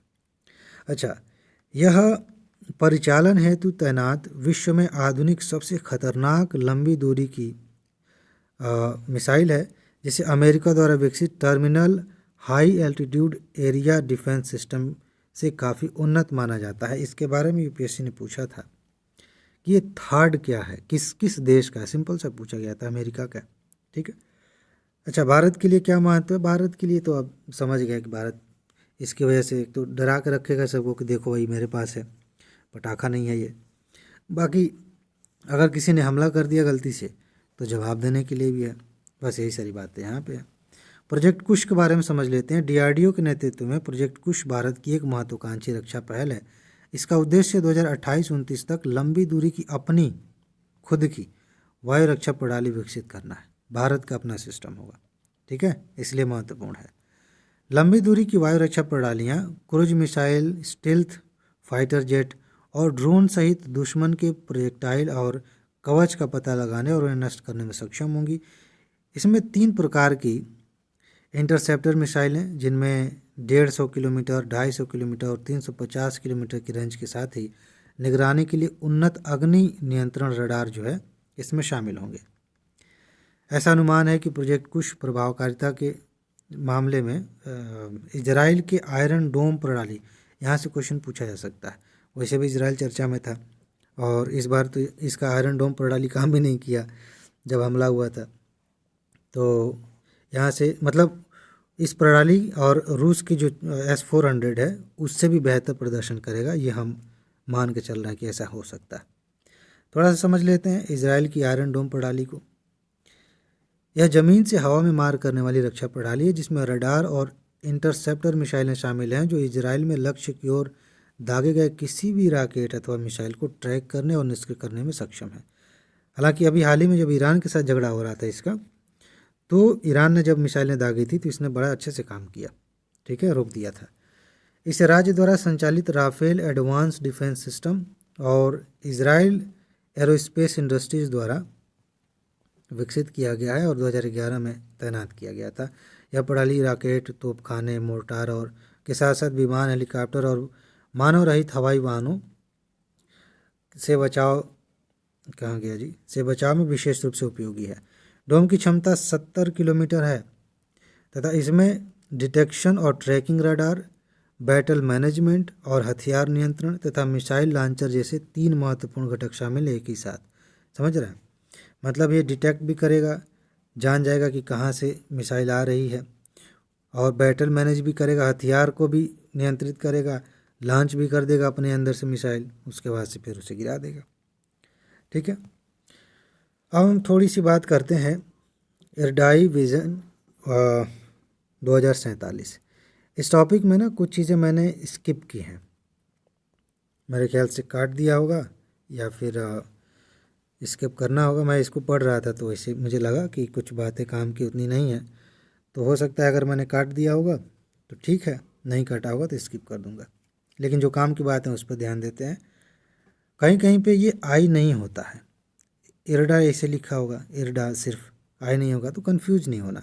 ये इंडिया है ना, इसके लिए आई यहाँ पे या फिर यहाँ पे एक और आई इसमें आ जाएगा, तो उसके लिए यूज किया जाता है। तो फिलहाल ये जो लास्ट वाला है वो भारत के लिए है। तो कहीं कहीं पे आगे आप देखेंगे इरडा ही लिखा रहेगा, आई नहीं इरडा लिखा रहेगा, तो कंफ्यूज नहीं होना। तो इसने 1947 तक सभी के लिए विजन इंश्योरेंस के रूप में भारत में बीमा क्षेत्र को व्यापक बनाने के लिए सभी राज्यों और केंद्र शासित प्रदेशों के प्रत्येक बीमाकर्ताओं को योजना में शामिल किया है। तो इस तरह का कुछ विज़न है। बीमा गतिविधियों में आने वाली समस्याओं को कम करने के लिए इरडाई जीवन बीमा फर्मों के सहयोग से बीमा ट्रिनिटी लॉन्च करने की योजना बना रहा है। क्वेश्चन पूछा जाएगा बीमा ट्रिनिटी से, बहुत महत्वपूर्ण है कि इसमें कौन कौन सी चीज़ें शामिल है।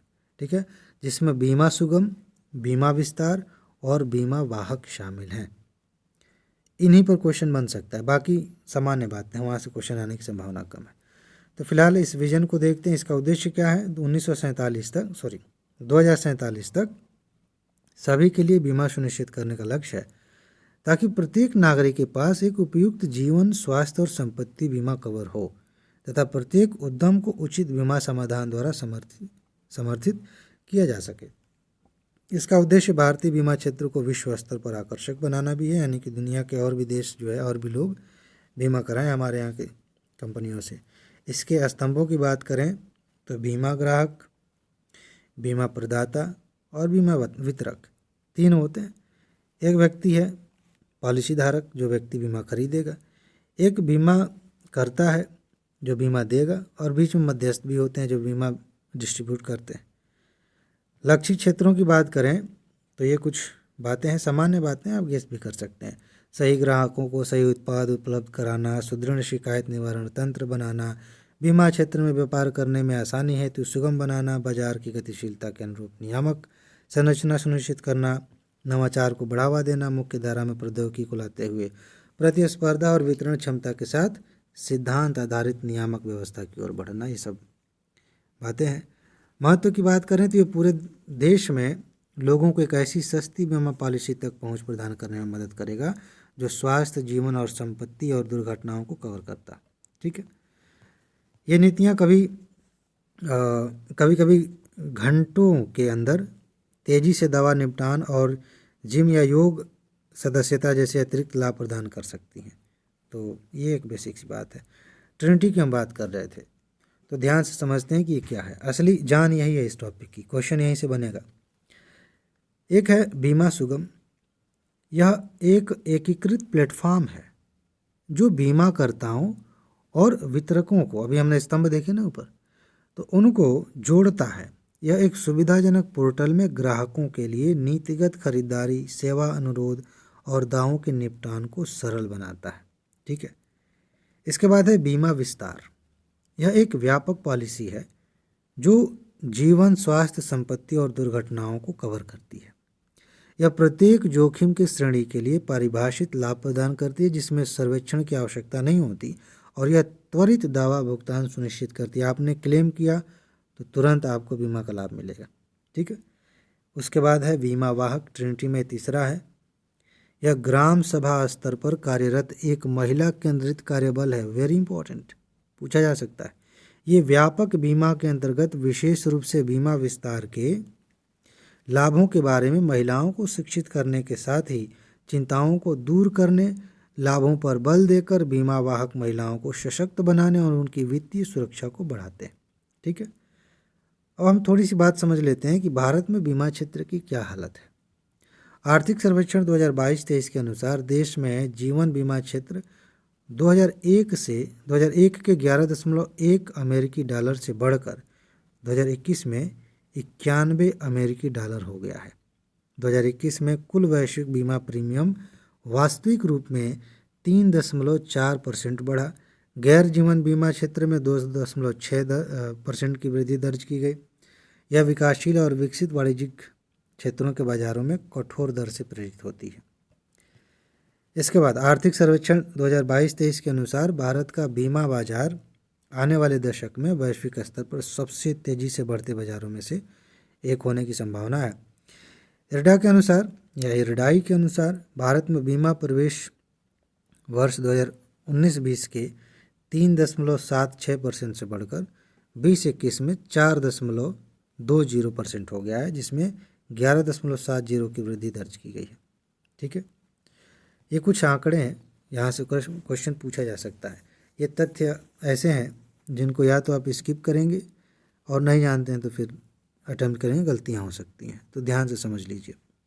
साथ ही साथ बीमा क्षेत्र 2020-21 में 78 अमेरिकी डॉलर से बढ़कर 21-22 में 91 डॉलर हो गया। ठीक है, 2021 में जीवन बीमा का विस्तार 3.2 था, जो बढ़ते हुए बाजारों के लगभग 2 गुना और वैश्विक औसत से थोड़ा अधिक था। भारत वर्तमान में विश्व का, ये सबसे इम्पोर्टेंट है, ये बहुत ज़्यादा इम्पोर्टेंट, विश्व का 10वां सबसे बड़ा बाजार है। इसके 2032 तक 6वां सबसे बड़ा बाजार होने की संभावना अनुमान है। अब IRDA, मैंने कहा था ना, फिर आई यहाँ से गायब हो गया। तो ये क्या है? बीमा नियामक और विकास प्राधिकरण का संक्षिप्त रूप है। इस खंड में IRDA का अर्थ समझाया गया है। क्या है? IRDA के गठन का एकमात्र उद्देश्य भारत में मौजूदा बीमा उद्योग को अनुकूलित करना और विकास के लिए नए रास्ते बनाना है। ठीक है, और इसके गठन का सुझाव 1999 में एक स्वायत्त निकाय के रूप में दिया गया था। हालांकि ध्यान रखिएगा, यहाँ से क्वेश्चन घुमा के पूछा जा सकता है।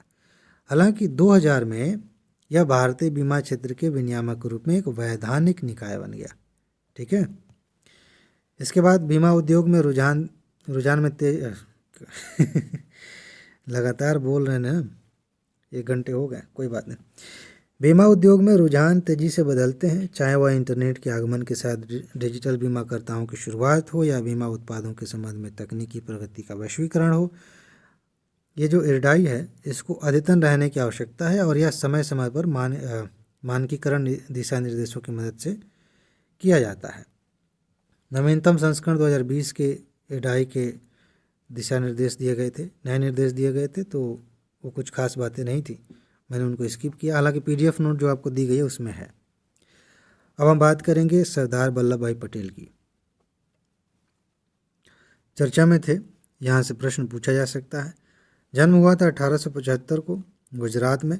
भारत के पहले गृह मंत्री और उप प्रधानमंत्री रहे। तो ये चीज़ आपको एक तथ्य के रूप में ध्यान में रखनी है, ठीक है। इसके बाद उन्होंने भारत के लोगों से एकजुट यानी कि एक भारत होकर एक साथ अग्रणी भारत यानी कि श्रेष्ठ भारत बनाने का अनुरोध किया था। यह विचारधारा अभी भी आत्मनिर्भर भारत पहल में परिलक्षित होती है, जो भारत को आत्मनिर्भर बनाने का प्रयास करती है। काम की बातें कुछ इधर हैं। उन्होंने भारतीय संविधान सभा की विभिन्न समितियों का नेतृत्व किया था, अध्यक्ष रहे थे। ये आपको रट लेना है। मौलिक अधिकारों पर जो सलाहकार समिति बनी थी, अल्पसंख्यकों और जनजातियों व बहिष्कृत क्षेत्रों के लिए जो समिति बनी थी, और प्रांतीय संविधान समिति बनी थी, इनके लिए मतलब इनके अध्यक्ष थे वल्लभ भाई पटेल, ठीक है। अब इसके बाद सुधारों की बात करें तो उन्होंने शराब सेवन, छुआछूत, जाति भेदभाव और महिला मुक्ति के लिए व्यापक पैमाने पर काम किया, ठीक है। मतलब इसके लिए नहीं, छुआछूत के लिए नहीं, वो लाइन ऐसे बना दी गई है, कैसा लगता है इसके लिए, मतलब शराब सेवन से मुक्ति के लिए, छुआछूत को बैन करने के लिए, जातिगत भेदभाव को ख़त्म करने के लिए और महिला मुक्ति के लिए व्यापक पैमाने पर काम किया। उन्होंने राष्ट्रीय स्वतंत्रता आंदोलन के साथ खेड़ा सत्याग्रह, बारदोली सत्याग्रह और मतलब यहाँ पे किसानों को एकीकृत किया। कई बार ऐसे यूपीएससी क्वेश्चन पूछती है कि यह व्यक्ति किन किन आंदोलनों से जुड़े हुए थे, ठीक है। तो ध्यान रखिएगा, अगर आपने गांधी मूवी देखी होगी तो आपको समझ में आएगा कि इन्हीं आंदोलनों के दौरान वो गांधी जी से काफ़ी प्रेरित हुए। शुरू में वो गांधी जी को एक तरह से पसंद नहीं करते थे, बाद में जब उनके बारे में पता चला तो एक तरह से उनके फ़ैन हो गए, फिर तो उनके साथ ही रहे, आगे चल के बहुत सारे आंदोलनों में साथ निभाया। बारदोली की महिलाओं ने वल्लभ भाई पटेल को सरदार की उपाधि दी। ये PCS वगैरह में पूछा गया कई बार, जिसका अर्थ है एक प्रमुख या नेता, ये तो जानते ही आप। सरदार पटेल को आधुनिक अखिल भारतीय सेवाओं की स्थापना के लिए भारतीय सिविल सेवाओं के संरक्षक संत के रूप में भी जाना जाता है। आपको पता होगा रियासतों के एकीकरण में इनका कितना बड़ा रोल था। भारत के पहले गृह मंत्री और उप प्रधानमंत्री के रूप में सरदार पटेल ने भारतीय संघ में 565 रियासतों के एकीकरण में महत्वपूर्ण भूमिका निभाई थी। उस समय त्रावणकोर, हैदराबाद, जूनागढ़, भोपाल और कश्मीर जैसी कुछ रियासतें भारत राज्य में शामिल नहीं होना चाहती थी। फिर उनका दिमाग ठिकाने लगाया अपने तरीके से। सरदार पटेल ने रियासतों के साथ आम सहमति बनाने के लिए आवश्यक अथक प्रयास किए, लेकिन जहाँ पर आवश्यक हो साम, दाम, दंड भेद तरीकों को अपनाने से संकोच नहीं किया। हैदराबाद के बारे में आपने पढ़ा होगा। उन्होंने नवाब द्वारा शासित जूनागढ़ की रियासतों और निजाम द्वारा शासित हैदराबाद को जोड़ने के लिए बल का इस्तेमाल किया था। दोनों ही अपने अपने राज्यों को भारत संघ में विलय नहीं करना चाहते थे। सरदार पटेल ने ब्रिटिश भारतीय क्षेत्र के साथ साथ रियासतों का एकीकरण किया और भारत के बाल्कनीकरण को भी रोका। बाल्कनीकरण का मतलब वही है, अलग अलग देश के अंदर ही अलग अलग राज्य बन जाएं जो स्वायत्त हों, अपने आप को स्वायत्त रखें। तो वो भटकाव होने से, अलगाव होने से भी रोका। भारतीय रियासतों के भारतीय संघ में एकीकरण में महत्वपूर्ण भूमिका निभाने और रियासतों को भारतीय संघ के साथ जुड़ने के लिए राजी करने हेतु उन्हें भारत के लौह पुरुष के नाम से जाना जाता है। तो ये भी कुछ बेसिक बातें हैं। मृत्यु उनकी हो गई थी 1950 में, बम्बई में मृत्यु हो गई थी। अब एक इंटरेस्टिंग तथ्य यहाँ पे कुछ लोगों को नहीं पता, जैसे कुछ लोग ये सुनते सुनते उनके दिमाग में बैठ गया कि पहले प्रधानमंत्री सरदार पटेल जी होते तो ये हो गया होता, वो हो गया होता। कॉमन सेंस की बात है, 1950 में उनकी मृत्यु हो गई थी, 1951 में चुनाव हुए थे, तो कैसे प्रधानमंत्री हो जाते। खैर, स्टैचू ऑफ यूनिटी से क्वेश्चन पूछा जा सकता है, इन्हीं की तो है। स्टैचू ऑफ यूनिटी का निर्माण सरदार वल्लभ भाई पटेल के सम्मान में किया गया है।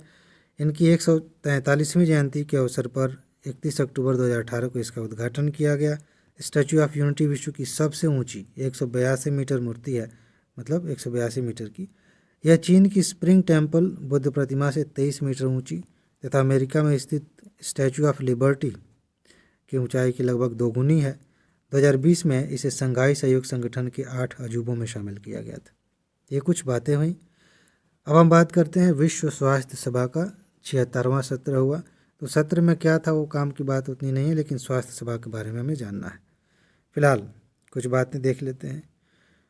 विश्व स्वास्थ्य संगठन के मुख्यालय जिनेवा स्विट्जरलैंड में 21 से 30 मई 2023 तक 76वीं वार्षिक स्वास्थ्य सभा का आयोजन किया गया था। थीम ये थी, ये इम्पोर्टेंट नहीं है। तो प्रधानमंत्री मोदी ने केंद्रीय स्वास्थ्य मंत्री की भागीदारी मोदी और स्वास्थ्य मंत्री की भागीदारी ने वैश्विक स्वास्थ्य के प्रति भारत की प्रतिबद्धता को उजागर किया। इन्होंने शामिल होकर के ये बताया कि हम भी हैं भाई। चीन और पाकिस्तान के विरोध के कारण ताइवान को WHO की बैठक से बाहर कर दिया गया था। अच्छा, तो ये कुछ ऐसे ही हो गया। असली बात यहाँ है, विश्व स्वास्थ्य सभा क्या है, पूछा जा सकता है। ये जो विश्व स्वास्थ्य सभा है, जिसके लिए हम WHA कहेंगे, वैसे भी आप जानते हैं WHO की निर्णय लेने वाली संस्था है। WHO के बारे में आप वैसे ही जानते हैं। तो उसी की एक संस्था है जो निर्णय लेती है। इसमें WHO के सारे सदस्य जो है इसमें शामिल होते हैं, उनके प्रतिनिधि शामिल होते हैं। यह वार्षिक रूप से WHO के मुख्यालय जिनेवा स्विट्जरलैंड में आयोजित की जाती है। ठीक है, इसके कार्य क्या है? संगठन की नीतियों का निर्णय लेना, WHO के महानिदेशक की नियुक्ति भी इसी के तहत होती है, वित्तीय नीतियों का प्रशासन, प्रस्तावित कार्यक्रम हेतु बजट की समीक्षा और अनुमोदन। तो ये कुछ कार्य हैं। प्रमुख बिंदुओं की बात करें तो स्थानीय लोगों के स्वास्थ्य के लिए वैश्विक योजना, स्थानीय लोगों के स्वास्थ्य के लिए एक वैश्विक कार्य योजना विकसित करने के लिए एक मसौदा स्वीकार किया गया। ये कुछ बिंदु हैं। इस योजना पर 2026 में 79वीं 79 हाँ, कभी कभी कन्फ्यूजन हो जाती है हिंदी में। तो 79th विश्व स्वास्थ्य सभा में विचार किया जाएगा। स्थानीय लोगों के साथ परामर्श और उनकी स्वतंत्र, पूर्व और सूचित सहमति पर जोर देना, गरीबी, हिंसा, भेदभाव, ये सब बेसिक बातें हैं। इसको आप एक बार पढ़ेंगे समझ में आ जाएगा।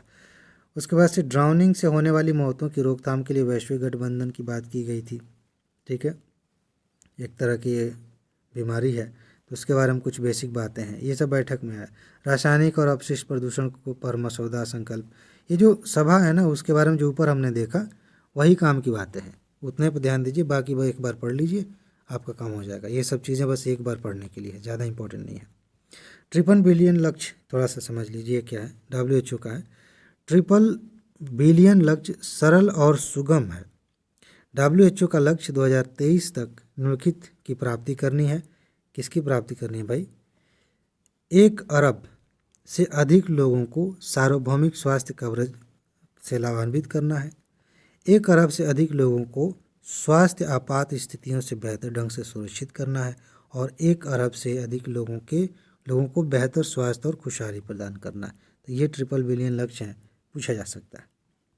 बाकी फिर से वही बेसिक बातें। वित्त पोषण यहाँ पे एक बार पढ़ लीजिएगा, काम की बात उतनी नहीं है। स्वैच्छिक योगदान से पैसा ज़्यादा आता है। बाकी मूल स्वैच्छिक योगदान है, इसको थोड़ा समझ लेते हैं। यह पूर्णतः बिना शर्त और लचीलेपन के सभी स्वैच्छिक योगदानों का 4% है। इसका प्रतिनिधित्व करता है। विषयगत और रणनीतिक भागीदारी निधि होती है, आंशिक रूप से लचीला, और 2020-21 में सभी स्वैच्छिक योगदान के इतना % कहता है। कुल मिला के ये कहाँ से पैसे आते हैं इसके पास काम करने के लिए। तो ये कुछ योगदान की बातें हैं। महामारी प्रतिक्रिया करने के लिए योगदान आता है। भारत की भागीदारी की बात करें तो इसका थोड़ा सा समझ लीजिए। इसने वैश्विक स्वास्थ्य प्रणालियों के सहयोग और लचीलेपन को महत्व पर बल दिया है।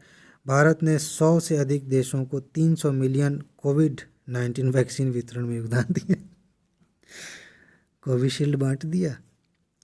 टेंशन में आ जाएंगे लोग। खैर, योग और आयुर्वेद जैसी पारंपरिक प्रणालियों के महत्व पर बल दिया। एक वीडियो मैंने देखा, शायद आपने देखा होगा, उनका नाम मैं भूल रहा हूँ। वो भी तैयारी करते थे, अभी कॉमेडी वीडियोस बनाते हैं। तो उन्होंने एक शॉर्ट वीडियो अपलोड किया था, उसमें लिखा था कि कोरोना से बचने के लिए कोविशील्ड लगवाया था, अब मैं कोविशील्ड से बचने के लिए क्या लगवाऊँ। वही सोच के मुझे हंसी आ गई कि भारत ने इतने देशों को बांटा था, यही बांटा। और भी एक और बनी थी वैक्सीन, लेकिन कोविशील्ड का ज़्यादा प्रचार हुआ था। अब ज़्यादा दिक्कत में लोग हैं, टेंशन में है कि इसकी वजह से क्या परेशानी हो सकती है। खैर, अगर आपने इसके बारे में नहीं सुना क्या मामला चल रहा है, छोड़िए, भूल जाइए, बात खत्म। तो यही है, योग आयुर्वेद जैसी पारंपरिक प्रणालियों पर भी बल दिया गया।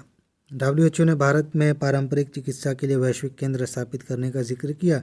G20 थीम एक पृथ्वी एक परिवार एक भविष्य का समर्थन किया गया।